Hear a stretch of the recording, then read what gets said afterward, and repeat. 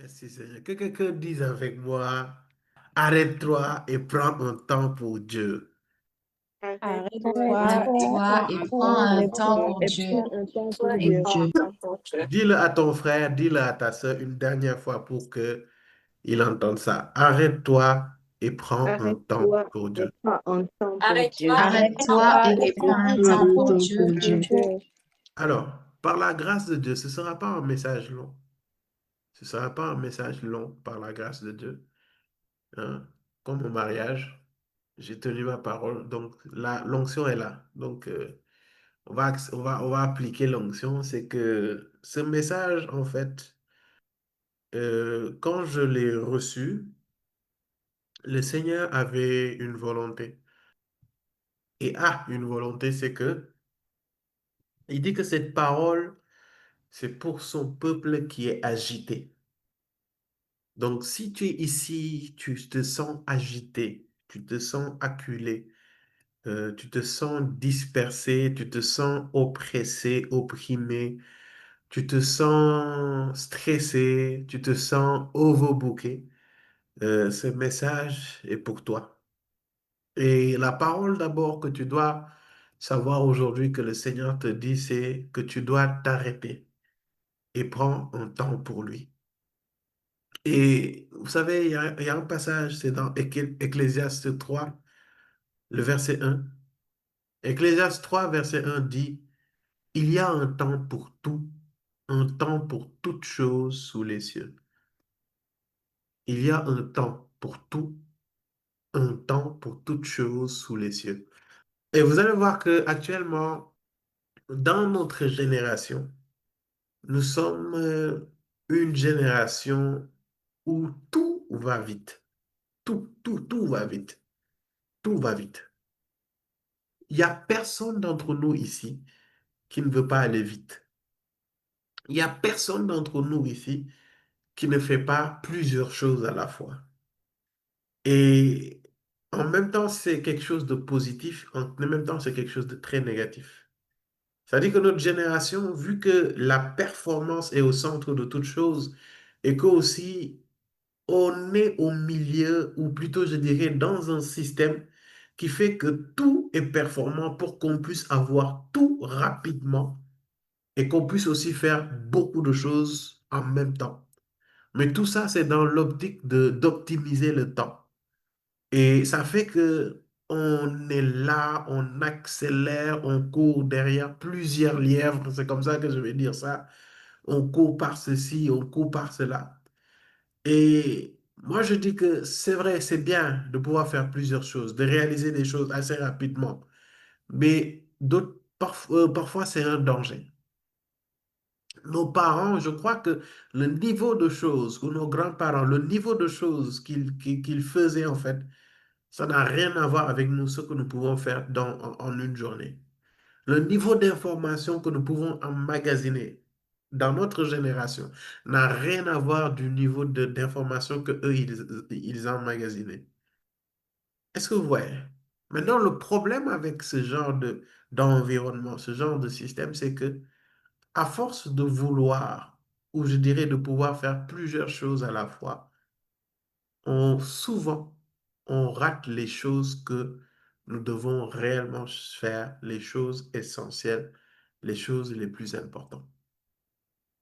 Parce que quand tu fais plusieurs choses à la fois, naturellement, tu vas avoir tendance à régler les urgences au lieu de régler les priorités. Tu m'as pas entendu dire. Quand tu fais plusieurs choses à la fois, quand tu réalises beaucoup de choses à la fois, tu as tendance souvent à prioriser les urgences au lieu de prioriser les priorités. Je vais me répéter. Et ce message, c'est vraiment pour nous tous. Parce que je l'ai compris qu'il y a comme une atmosphère d'agitation qui veut distraire le plus grand nombre. Et le Seigneur veut aujourd'hui que tu t'arrêtes, que tu te poses et que tu prennes un temps avec lui parce qu'il a quelque chose à réajuster en toi. Il a une parole qu'il a à te communiquer. Il y a une pensée qu'il veut te communiquer. Et il veut que tu sois là avec lui entier pour que tu puisses expérimenter ce qu'il a à te dire. Amen. Amen. C'est pour cela Amen. la clé, c'est de t'arrêter et de prendre un temps pour tout.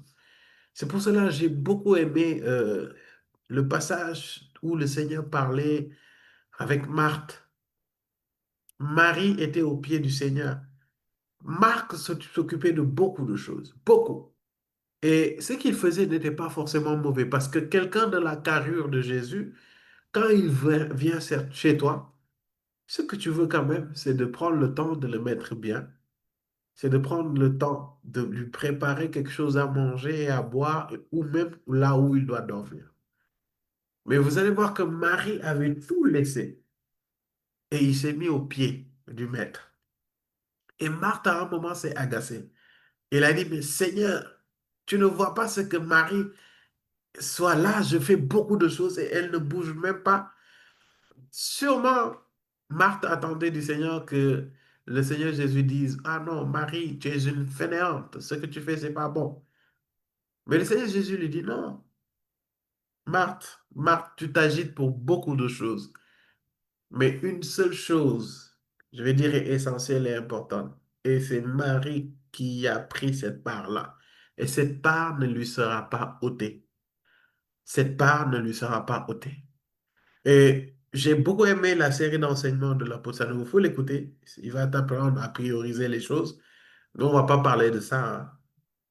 Mais il faut que tu comprennes que dans tout ce que tu fais, en termes de priorité, dans tout ce que tu peux entreprendre, il y a une chose qui est essentielle, qui est centrale dans ta vie, c'est Dieu lui-même. Et dès que tu perds Dieu, quand je dis Dieu, c'est ta relation, ton intimité avec lui, tout le reste va être chamboulé. Tout le reste. Tout le reste va être chamboulé. C'est pour cela, bien-aimé, là où tu fais beaucoup de choses, il te faut mettre en place un système. Il te faut mettre en place une discipline qui te permette en fait de ne jamais perdre ce cap avec le Seigneur et d'empêcher que toutes les autres choses que tu fais, que ça puisse venir parasiter ta relation avec le Seigneur. Parce que cette relation avec le Seigneur va constituer l'équilibre pour tous les autres domaines de ta vie. Quelqu'un qui n'a pas d'intimité, quelqu'un qui n'a pas cette conscience de la présence de Dieu, quelqu'un qui n'a pas cette relation avec Dieu, va être déséquilibré dans tous les autres domaines. Que ce soit le travail, que ce soit les relations amoureuses, que ce soit les finances, que ce soit ta vision. Toutes ces choses vont être intimement liées avec ta relation avec le Seigneur. C'est pour cela que l'apôtre Paul a bien compris ce principe-là. Et il l'a fait comprendre, en fait, aux Philippiens. Et avant de lire ce passage, il faut que tu comprennes que je veux parler à une certaine catégorie de personnes. Tu es là, en fait, et tu sens qu'au fond de toi, au-dedans de toi, tu n'es pas en paix. Tu sens au-dedans de toi que ton cœur n'est pas en paix. Tes pensées ne sont pas en paix. C'est parce que derrière, il y a cette chose centrale que tu n'as pas réellement mise à la place qu'il faut dans ta vie. Et c'est la raison pour laquelle tu as l'air perdu.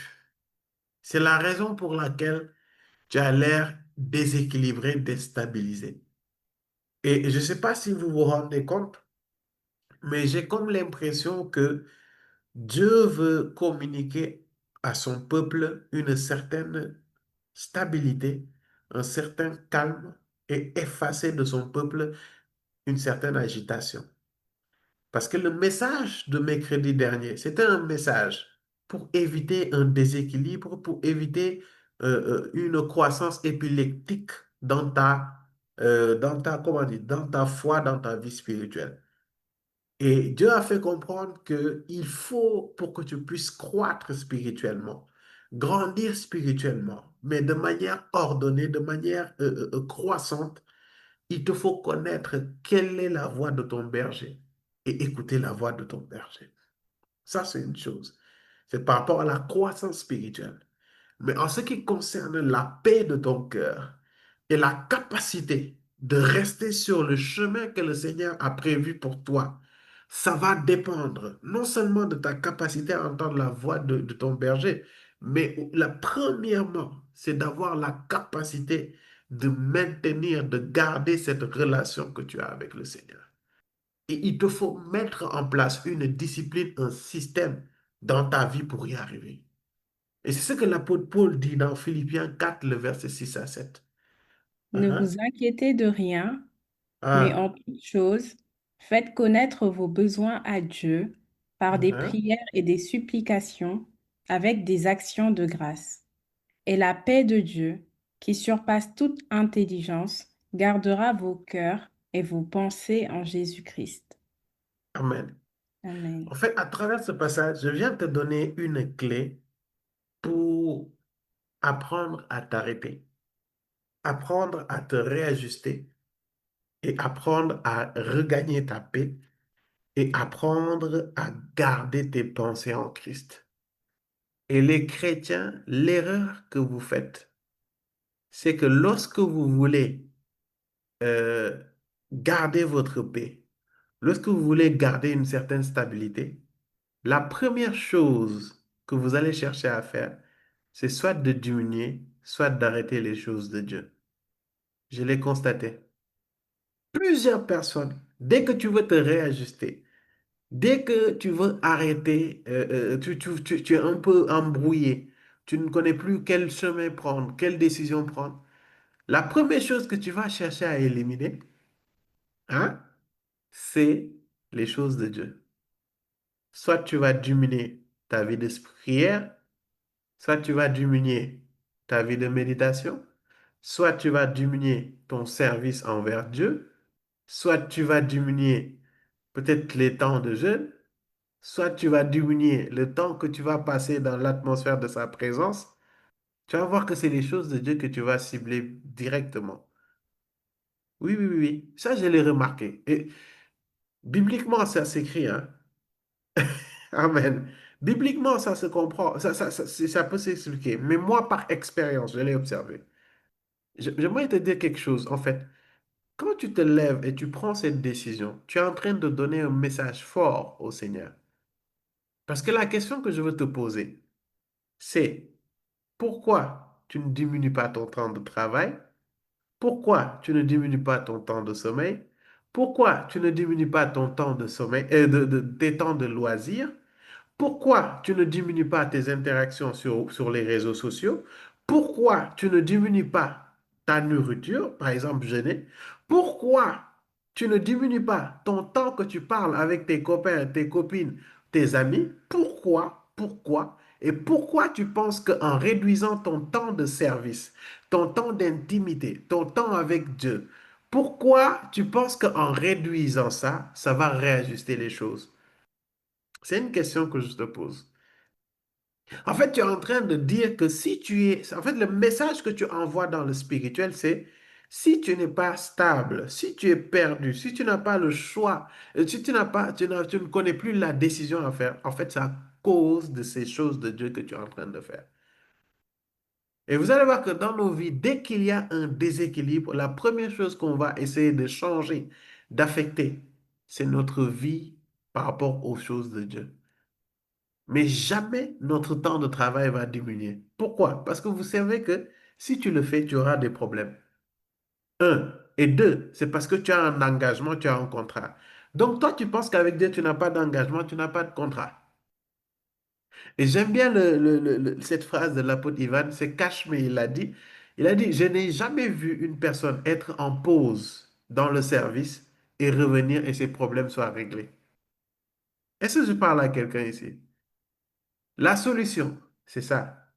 Ne vous inquiétez de rien, mais en toute chose, faites connaître vos besoins à Dieu par des prières et des supplications, dans une attitude de reconnaissance. Et la paix de Dieu qui dépasse tout ce que l'on peut comprendre gardera votre cœur et vos pensées en Jésus-Christ.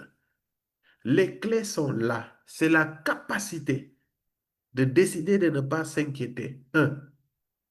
Deux. développer cette capacité de faire connaître ses besoins à Dieu par des prières, des supplications et une attitude de reconnaissance.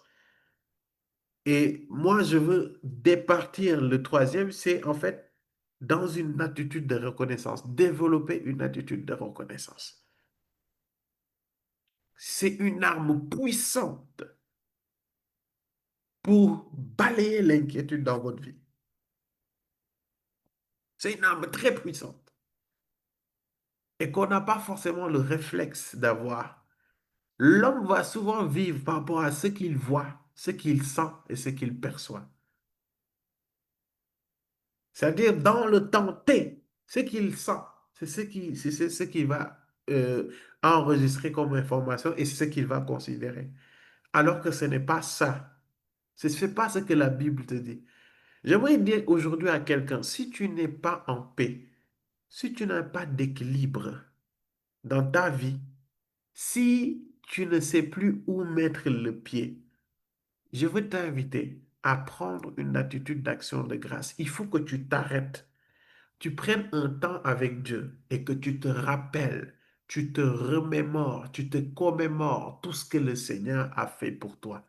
Et c'est dans ces choses qu'il y a une foi surnaturelle qui va monter en toi et qui va te donner la force d'avancer. Ton problème, c'est que tu regardes trop à ton problème. Ton problème, c'est que tu es trop conscient de ton problème. Et il faut que tu changes d'état d'âme. Comment tu changes cet état d'âme-là? C'est en regardant ce que le Seigneur a fait pour toi. C'est pour cela il dit, mais en toute chose, faites connaître vos besoins à Dieu par des prières et des supplications dans une attitude de reconnaissance. Dans une attitude de reconnaissance. Prends un temps de reconnaissance. Je parle à des personnes ici. Tu es agité. Tu es troublé, tu es embrouillé parce que tu ne t'arrêtes pas et tu ne prends pas le temps de ressasser, de commémorer, de te rappeler de tous les bienfaits que le Seigneur a fait pour toi. C'est pour ça que la psalmiste dit, mon âme bénit le Seigneur. Et il lui dit de se rappeler de ses bienfaits et d'en oublier aucun. Apprends à t'arrêter et à revoir les bonnes choses que le Seigneur a fait. Et ça va te pousser à relativiser. Ça va te pousser à avoir du carburant, c'est-à-dire la foi. La foi qu'il faut pour te relever et d'avancer. Et de te dire que ma vie n'est pas si catastrophique. L'épreuve n'est pas si difficile que ça. J'ai subi des choses, j'ai expérimenté des choses et Dieu a fait pour moi. Parce que l'objectif du diable, c'est de t'amener à regarder à tes problèmes, de t'amener à fixer les tempêtes pour que tu oublies la grandeur de ton Dieu. Et quand tu oublies la grandeur de ton Dieu, ta foi est bloquée, ta foi est limitée et tu ne peux plus attendre ou espérer que Dieu vienne faire quelque chose pour ta situation, vienne faire quelque chose pour ta vie. Et c'est là où tu commences à tomber dans les murmures. Tu vas être quelqu'un qui se plaint matin, midi, soir. Sache que chaque plainte que tu envoies sur ta vie est une porte de bénédiction que tu fermes dans ta vie. Chaque plainte, chaque murmure que tu dis sur ta vie est une porte de bénédiction que tu fermes dans ta vie. Et c'est ce que le diable veut. L'exemple parfait, c'est le peuple d'Israël. Dieu les a libérés d'Égypte. Ils ont oublié que Dieu a fait combien de miracles jusqu'à ce qu'ils sortent d'Égypte. Et quand ils sont allés dans le désert, ils ont murmuré contre Moïse, murmuré contre Dieu. Comme si Dieu ne pouvait pas faire de miracles. Vous vous rendez compte? Fendre la mer en deux. Transformer l'eau en sang. Envoyer des mouches. Faire quitter des esclaves d'un pays à un autre. Il a multiplié les miracles. Mais vous savez, ce peuple a murmuré pour toi. Pourquoi? Parce qu'ils n'ont pas eu de quoi manger et de quoi boire. Ils ont murmuré par rapport à ça. Et Dieu leur a dit, parce que vous avez murmuré et que vous avez le cœur dur, Vous allez faire 40 ans dans le désert au lieu d'en faire 40 jours. Et moi-même, le fait de murmurer, ça bloque, ça ferme les bénédictions dans ta vie. C'est pour cela il est plus que primordial, quelle que soit la chose que tu as vécue ou que tu vis actuellement dans ta vie, quel que soit le désespoir qui veut frapper à ta porte, arrête-toi, prends un temps pour Dieu et fais un temps d'action de grâce, de reconnaissance. Rappelle-toi, rappelle-toi, rappelle-toi de ce que le Seigneur a fait pour toi. Où est-ce qu'il t'a pris? Toi, tu as oublié de là où tu viens. Tu as oublié. C'est ça ton problème. Parce que tu n'entraînes pas ton âme. Le psalmiste l'a dit, mon âme bénit le Seigneur. Ça dit que David commande son âme de bénir le Seigneur. Parce qu'il sait que s'il ne le fait pas, l'âme là va murmurer jour après jour, nuit après nuit. La plus petite chose qui va capoter, il va regarder à Dieu, il va lui dire c'est de ta faute. Il va lui dire que je souffre. Il va lui dire que ça ne va pas. Alors que tu as oublié que Dieu t'a pris des ténèbres, t'a pris de la boue que tu étais. Dieu t'a pris de tes péchés, sale que tu étais. Il t'a lavé par son sang et il t'a amené à la vie.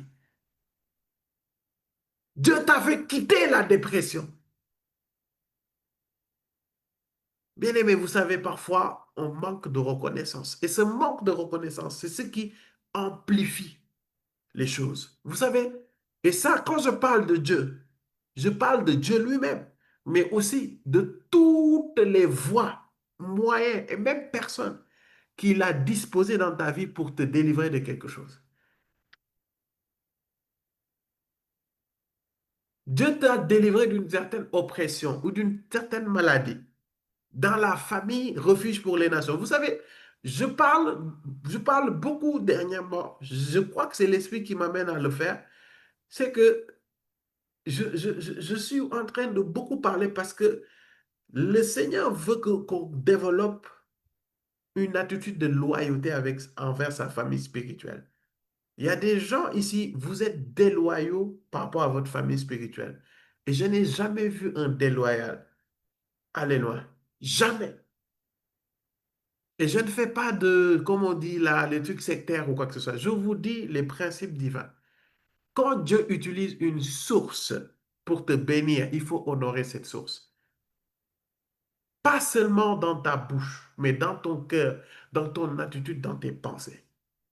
Et il y a beaucoup de personnes, vous êtes bloqués, vous êtes déstabilisés parce que non seulement vous ne reconnaissez pas la voix de votre berger, vous ne reconnaissez pas les sources que Dieu a établies dans votre vie, tu vas faire le tour, tu vas monter, tu vas descendre. C'est-à-dire les mêmes choses vont venir cycliquement. Pourquoi? Parce que tu ne reconnais pas Dieu dans ses voies. Et quand tu ne reconnais pas Dieu dans ses voies, tu ne le reconnais pas lui-même. Dieu t'a délivré de cette chose à travers quoi? À travers quelle famille spirituelle? Et tu reviens cracher dans cette même famille spirituelle. La main de Dieu t'a béni, tu reviens cracher dans cette même main de Dieu. On se comporte parfois comme le peuple d'Israël dans le désert. Oui, oui, oui, à travers les calomnies. Toi, tu sais de là où tu viens. Tu sais comment Dieu t'a pris.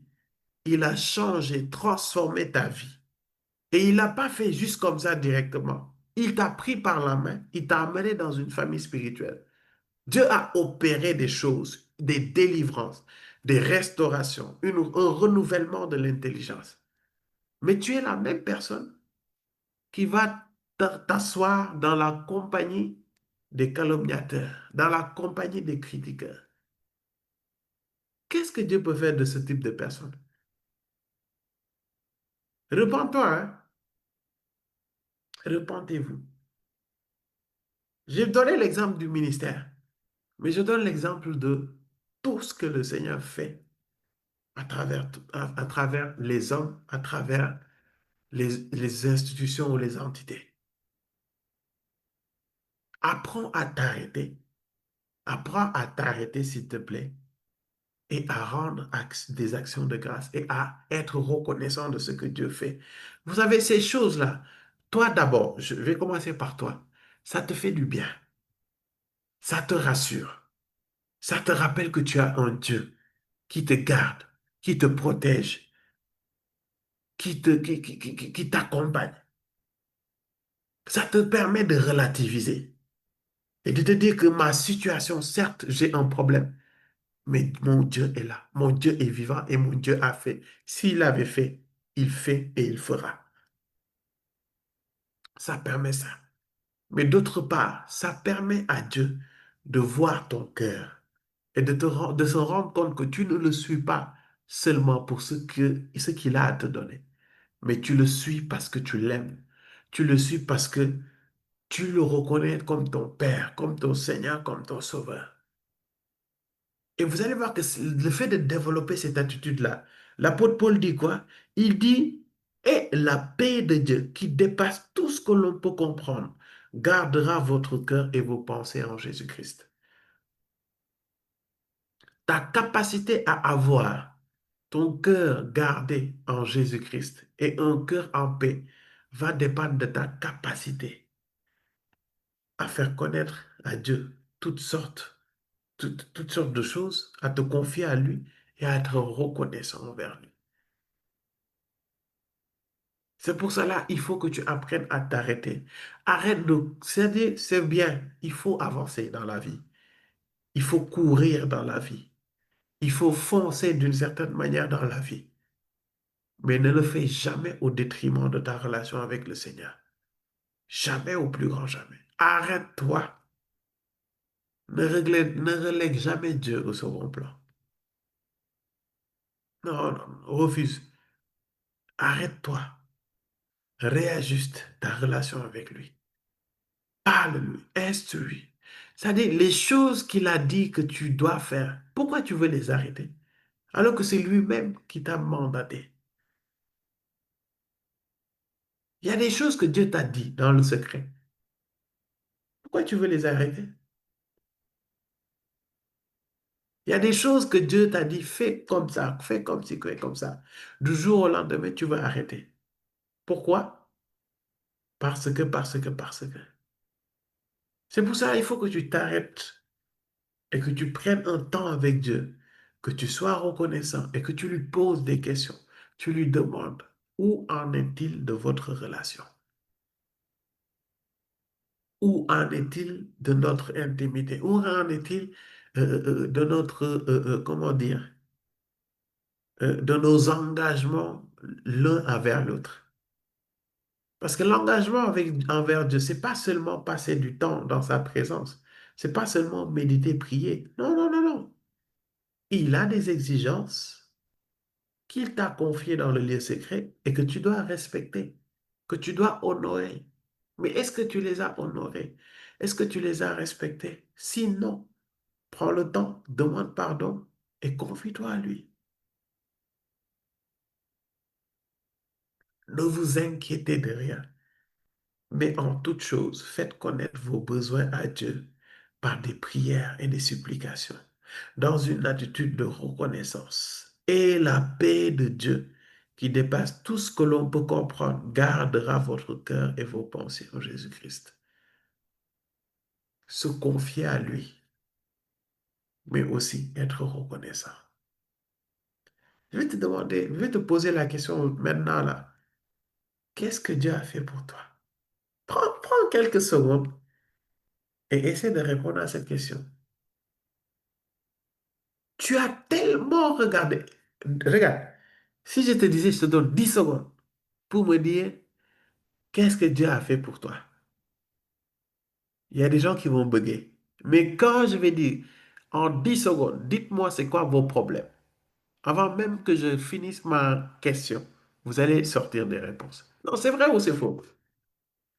Là, il est plus facile pour toi de sortir tes problèmes que de sortir ce que Dieu a fait pour toi. Là, à la fin de la journée, quand tu vas te coucher, les choses qui vont remonter dans ton âme, plus facilement, ça va être tes problèmes, ça va être les challenges, ça va être les déceptions. C'est vrai ou c'est faux? Si c'est faux, faut me dire. C'est vrai. Ah, ah. C'est pour cela, petit exercice pour apprendre à garder son cœur. pour apprendre à nourrir sa foi, parce que la foi se nourrit. Le soir, avant de te coucher, pense aux quelques actions qui se sont passées dans la journée et que Dieu a fait du bien à travers toi. Fais-le. Fais cet exercice. Ça ne prend même pas 5 minutes. Ça dit, tu t'assois et tu dis, ah Seigneur, merci. Et puis tu dis merci, et puis tu dis merci pour au moins 5 choses. Est-ce que tu peux faire cet exercice à partir d'aujourd'hui? Au moins merci pour 5 choses. Merci pour le repas. Parce qu'aujourd'hui, c'était un très bon repas et tu m'as béni pour ce repas. Merci parce que aujourd'hui au travail, tu m'as inspiré pour amener telle solution et les collègues étaient contents parce qu'ils ont vu une certaine intelligence. Mais Seigneur, je sais que cette intelligence, c'est toi qui me l'as donnée. Merci pour cette idée que tu m'as donnée. Merci pour la force que tu m'as donnée de venir prêcher ta parole aujourd'hui.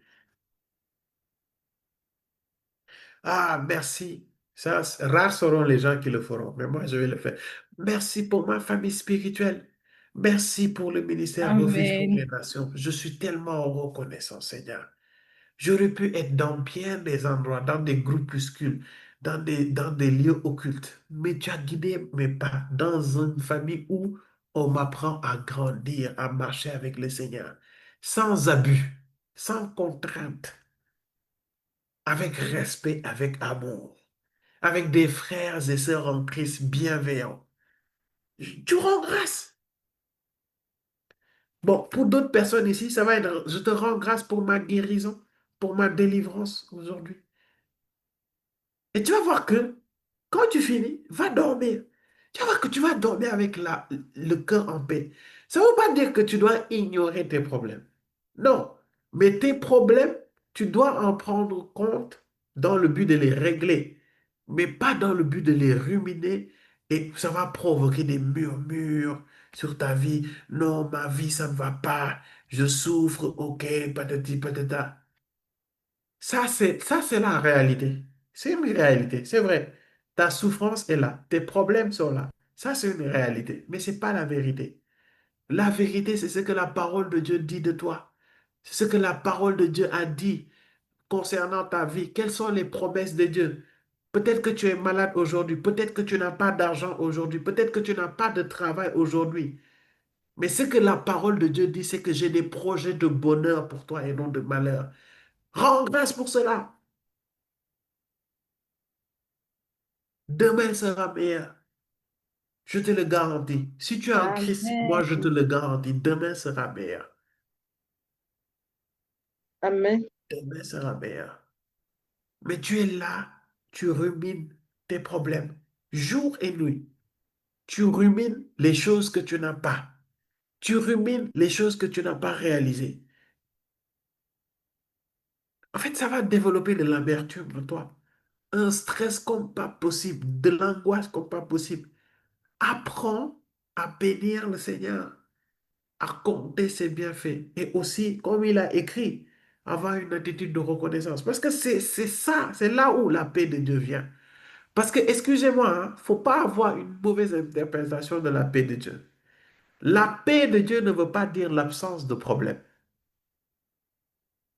La paix de Dieu, c'est la capacité, même si tu marches dans la vallée de l'ombre de la mort, tu ne crains aucun mal. C'est ça la paix de Amen. Dieu. La paix de Dieu n'exclut pas les problèmes. C'est pour cela il dit, je vous laisse ma paix, je vous donne ma paix. Mais je ne vous donne pas la paix comme le monde la donne. Parce que dans le monde, on croit que quand tu es en paix, tu n'as aucun problème. C'est faux. Quand tu as la paix de Dieu, tu peux avoir des challenges, tu peux avoir des oppositions, mais tu es en paix parce que tu sais que ton Dieu est là et il enverra des anges de peur que ton pied ne heurte le rocher. Amen. Amen. C'est-à-dire, il y aura des agitations. Il y aura des hommes et des femmes qui vont se lever, te combattre, te calomnier, lutter contre toi. Parfois, l'argent peut manquer. Les ressources peuvent manquer. Mais c'est bizarre. Il y a une paix surnaturelle qui vient à toi. Tu ne comprends pas. Et pourtant, tout ne va pas comme tu veux, mais tu es en paix. C'est ça la paix de Dieu. Cette paix ne se base pas sur ce que tu as. Cette paix se base sur ta relation avec Dieu. C'est pour cela, toi qui es agité, toi qui es perdu, toi qui as peur, arrête-toi et prends un temps avec Dieu. Je vais te répéter ce thème-là aujourd'hui. C'est une exhortation, c'est un message simple, mais je crois que ça va amener une paix dans le peuple de Dieu. Et c'est pour t'éviter de prendre des décisions, de poser des actes que tu risques de regretter dans le, dans le futur.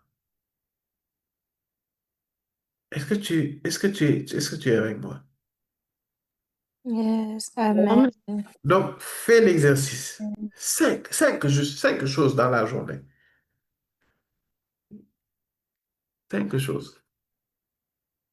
C'est-à-dire, quand tu as fait tout ce que tu voulais faire là, et puis tu vas rendre grâce pour aller dormir, si tu le fais déjà.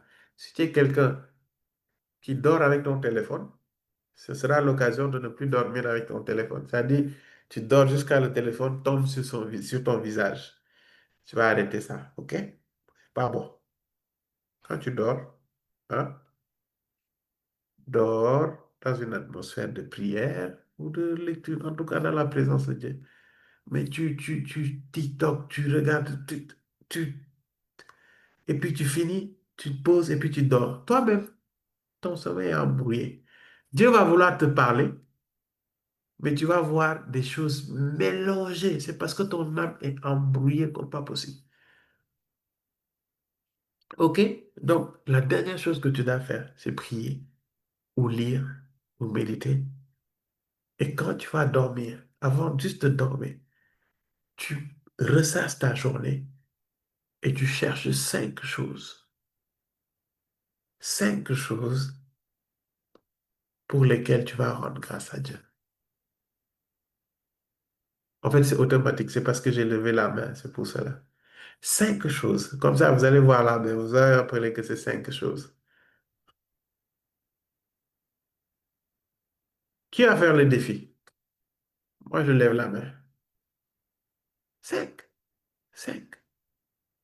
C'est simple, non? Ça te prend même pas une minute, sincèrement.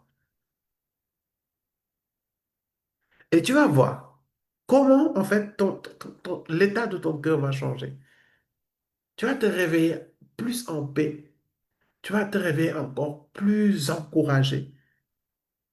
Et tu vas témoigner. S'il te plaît, tu vas témoigner demain. Demain, à ton réveil, laisse un message. Tu vas me dire qu'est-ce qui a changé à ton réveil.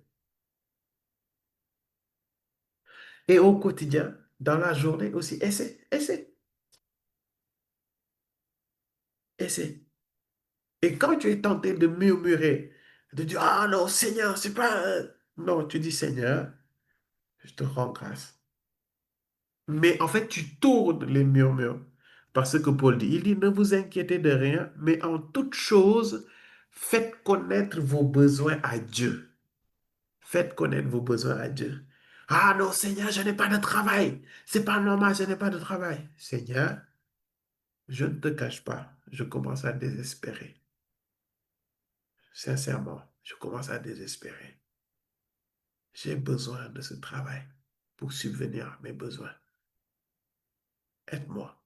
Là, au lieu de murmurer, tu viens de changer ça et de faire connaître à Dieu tes besoins.